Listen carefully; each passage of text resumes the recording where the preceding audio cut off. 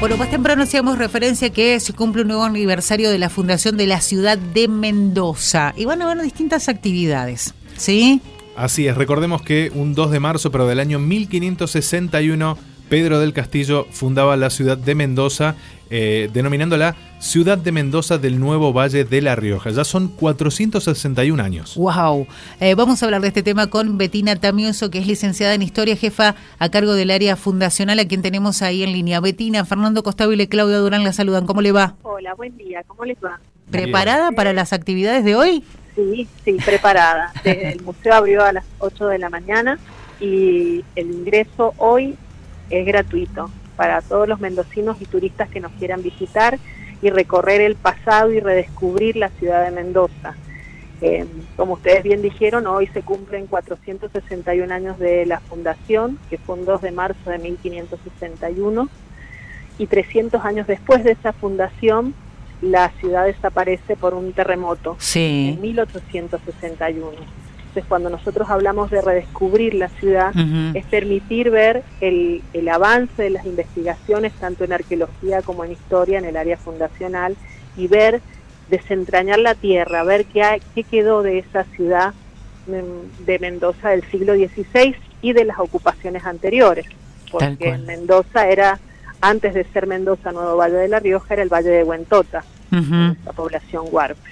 Betina, hablando un poco de eso, del registro histórico, ¿qué fue básicamente, qué significó que la ciudad de Mendoza fuera fundada? Digo, había un proceso que se estaba dando también en nuestro país, en la región. ¿Qué tan importante fue la fundación de Mendoza en ese tiempo? Bueno, para hacer un poquito de historia hay que tener en cuenta que Mendoza, hasta la creación del Virreinato del Río de la Plata en 1776, va a depender directamente de la Capitanía General de Chile. Claro. Las posiciones españolas en América administrativamente estaban organizadas en virreinatos y capitanías. Sí. Nuestra fundación vino desde la Capitanía General de Chile y fue en 1561, pero los españoles de aquella época ya conocían, ya tenían noticias de estas tierras 10 años antes, cuando Almagro recorre estos lugares, volviendo desde el Virreinato del Perú. Los españoles tuvieron un enfrentamiento bastante aguerrido con el Arauco, en el sur de Chile. Entonces necesitaban una mano más dócil, y de allí que se da noticias de estas tierras, de las poblaciones que hay en estos lugares. Entonces esa fundación significó legalizar el traslado que ya se tenía de los huarpes desde Mendoza a Chile 10 años antes de la fundación. Y además se enmarca dentro de un conflicto político que hay en Chile, porque al año siguiente se produce el traslado de la ciudad. Traslado que para muchos historiadores solamente ha quedado plasmado en papeles. Claro. Porque en 28 de marzo de 1562 se hace el traslado de la ciudad 2 tiros de arcabuz.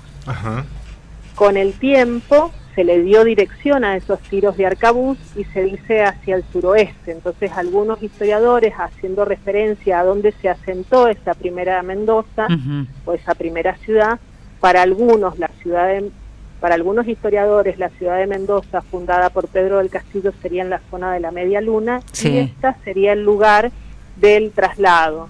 Lo cierto es que Juan Jufré también comete, podríamos decir, un error legal. Cuando él llega a Mendoza, presenta sus papeles al cabildo de la Mendoza fundada por Pedro del Castillo. Es decir, que le está dando una entidad, le está dando legalidad. Legitimidad. Y por la ley de Indias, por la legislación indiana que nos regía en ese momento, uno no podía fundar una ciudad donde ya existía otra. Claro. Entonces es como que el traslado quedó solo en papeles, porque había una cuestión política que trascendía la cordillera, que venía del lado de la Capitanía General de Chile. Era una cuestión estratégica, ¿no? Estratégica, sí. Fue una cuestión estratégica. Es difícil saber si la Plaza Pedro del Castillo corresponde a esa primera o al traslado de la ciudad. Lo cierto es que la ciudad durante 300 años creció en torno a esta plaza, que hay diferencias entre los entre el trazado urbano o entre el acta de fundación de Pedro del Castillo y de Juan Jufrey y lo que nosotros vemos plasmado en la realidad. Por ejemplo, claro, en la manzana este de la plaza, según la fundación de Pedro del Castillo, debía estar el lugar de él, el solar de Pedro del Castillo. Pedro del Castillo estuvo muy poco tiempo acá, luego se va a ir a Panamá, hay registros de él en Panamá y luego se pierde su rastro. La realidad nos muestra que en esa manzana que inicialmente fue dedicada a Pedro del Castillo es donde se va a sentar el cabildo y donde se le había destinado solar al cabildo, posteriormente va a estar plasmada la iglesia matriz. Es decir, que los hechos no corresponden ni al acta de Pedro del Castillo ni al traslado posterior. Es decir, es lo que eligieron los vecinos que se quedaron acá. Claro, claro.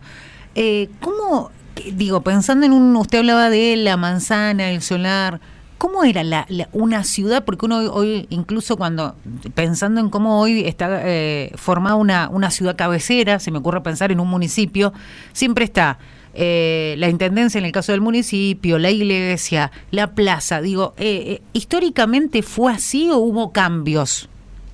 Es que nuestro asentamiento, como muchas ciudades de América, corresponden al trazado que venía ya implantado desde España, es decir, es un modelo que ya venía desde España.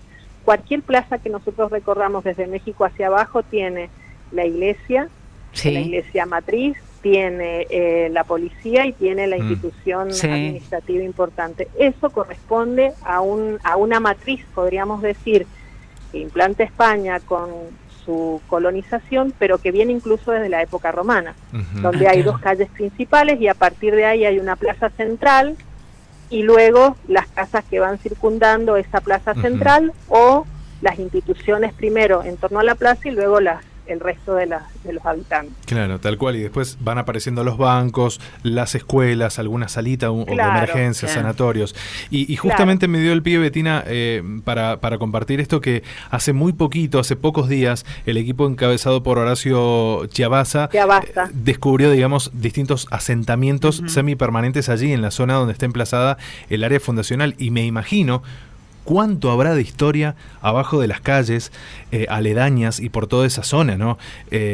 Quizás uno puede llegar ahí solamente a realizar excavaciones y demás, pero digamos, con una ciudad que ya está fundada e instalada, qué difícil, ¿no? Pero cuánta historia ha quedado debajo. Mira, justamente hago dos acotaciones a lo que vos acabas de relatar muy bien. Por un lado, hay que tener en cuenta que si bien el área fundacional se inaugura en 1993, desde el año 98 hay un equipo de investigadores, de arqueólogos e historiadores que permanentemente trabajan en esto que yo te decía inicialmente, en redescubrir o en descubrir la ciudad que quedó bajo nuestros pies. Pensá que de ese terremoto de 1871 lo único que queda en pie son hoy las ruinas de la iglesia de San Francisco. El resto está bajo nuestros pies, es decir, hay que desentrañar la historia y eso es trabajo de los arqueólogos que están coordinados por Horacio Chiavazza.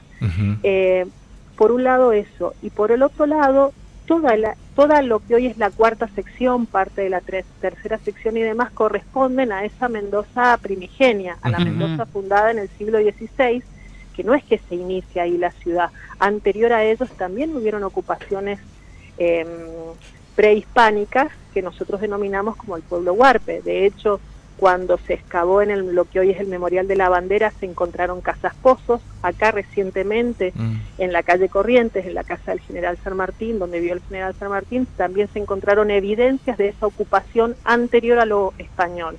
Claro. Es decir que nosotros celebramos 461 años de la historia de la ciudad española, podríamos decir en un inicio, pero por debajo de esa fundación está todo nuestro pueblo originario. Qué interesante, ¿no? Y digo, pensando un poco, Betina, en la intervención que va a tener en el marco de las celebraciones de la ciudad de Mendoza, ¿cuánto hay para saber? Y de pronto es como una invitación en realidad, porque difícilmente se pueda contar todo en los actos de hoy, entonces es a partir de esto que los mendocinos nos interesemos y podamos saber un poco más de la historia de Mendoza, ¿no?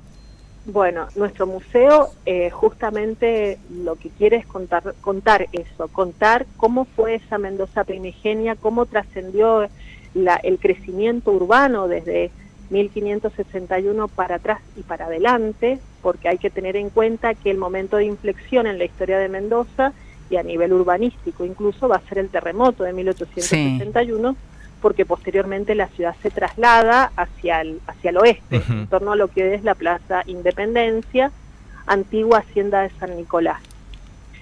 Nosotros hoy tenemos eventos especiales para reforzar o para que vivencien esa historia o esa Mendoza del siglo XVI.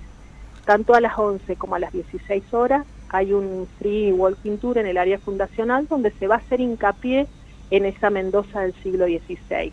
Y a las 19 horas, y esto es una invitación a todo el público, justamente los investigadores, los arqueólogos e historiadores que trabajan permanentemente en las ruinas de la iglesia de San Francisco, donde está el centro de investigaciones, van a hacer una puesta en común para contar los avances de las investigaciones que ellos hacen permanentemente.